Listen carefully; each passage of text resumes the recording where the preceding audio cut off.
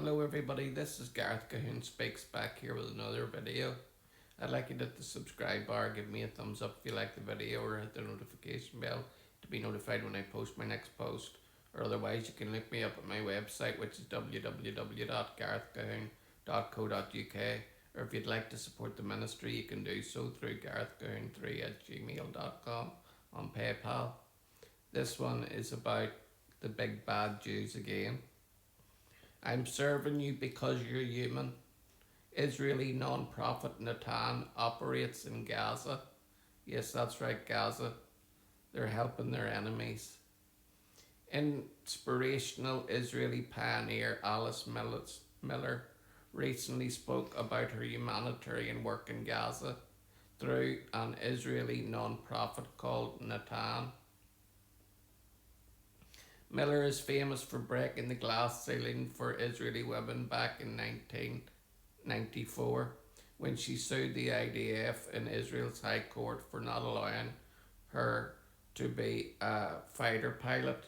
She won, ironically.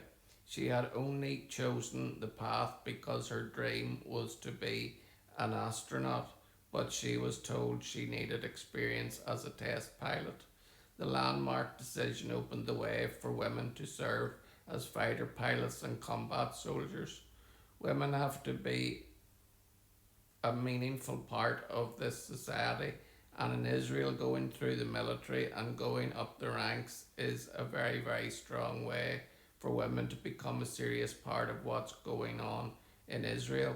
She told Amanda Broschel Dan, deputy editor of the Times of Israel, given Miller's determination to reach for the stars, it might be less astonishing to hear about her work in Gaza, serving children in the enemy's camp.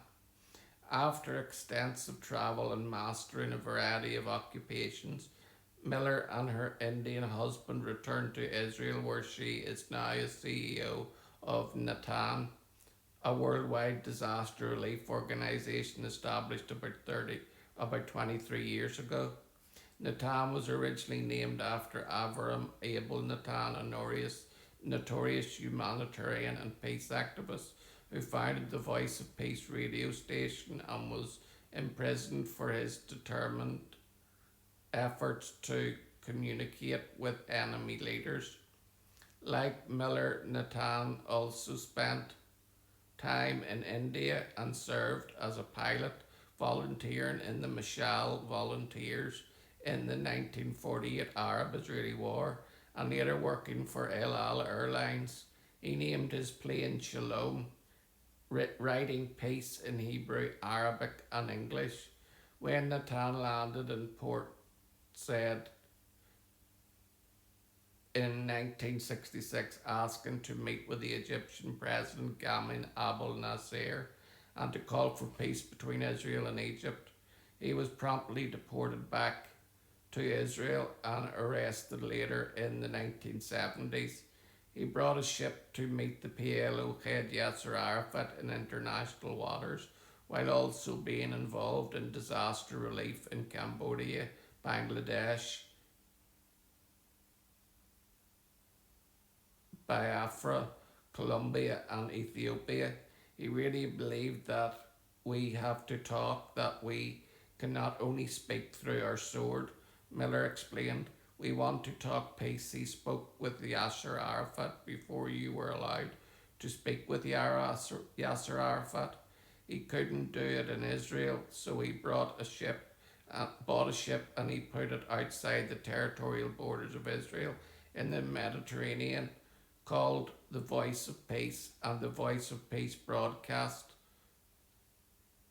cool music and beautiful speeches about why it's so important for us to live together as neighbours.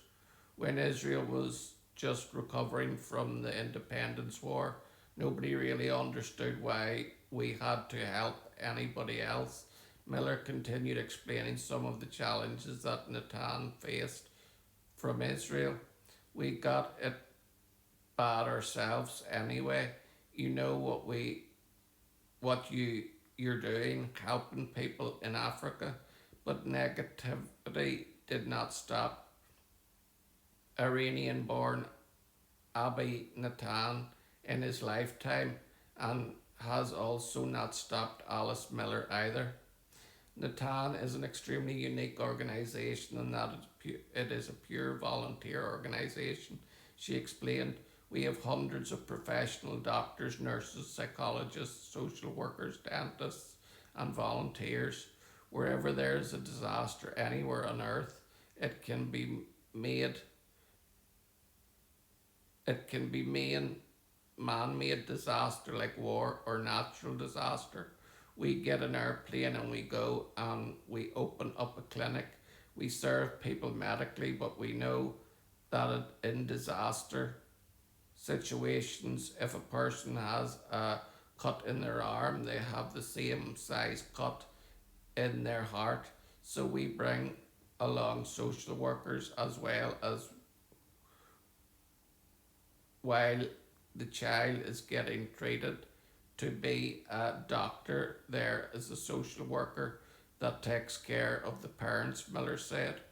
We stay as long as needed, rotating our teams every 2 weeks because they're all working doctors. We'll put them out of their jobs and take them to wherever we go. We're on our way to Mozambique in 2 days or so to help the survivors of the floods and the cyclone that's happening there as we speak. And we've been doing this for many, many years, she added.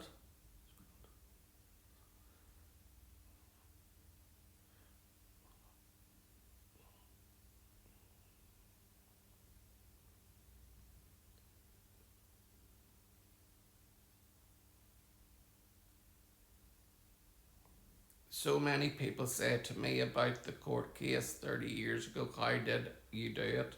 And I feel like I just walked through the main door, exclaimed Miller, and the same way I feel here with Gaza.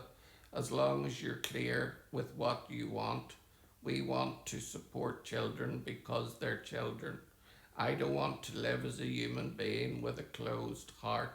I want my heart to remain open always, she said. Click here to watch the full interview. You can see the full interview on All Israel News. This is just another story of Israeli charity helping their enemy, the Gazan people. But you see, the reason that they're helping is because Israel is to be a light unto the nations, and Israel doesn't see the Gazan people as their enemies. In fact, they see them as friends, but it is the Hamas terrorists that Israel is fighting. But Israel will help the Gazan people with medical relief. And just last night I heard of the IDF evacuating a young boy from Gaza because he stood on a Hamas landmine. So that's the Israel that I know and love, who supports her enemies even though they want to kill them. Israel still goes in with an open heart and a lot of love. That's the people that I love, and that's why I support the Jewish people in Israel, because they have the heart of God towards a suffering people. So good on you, Israel. This is one for the books. Shalom, Maranatha, and Hallelujah.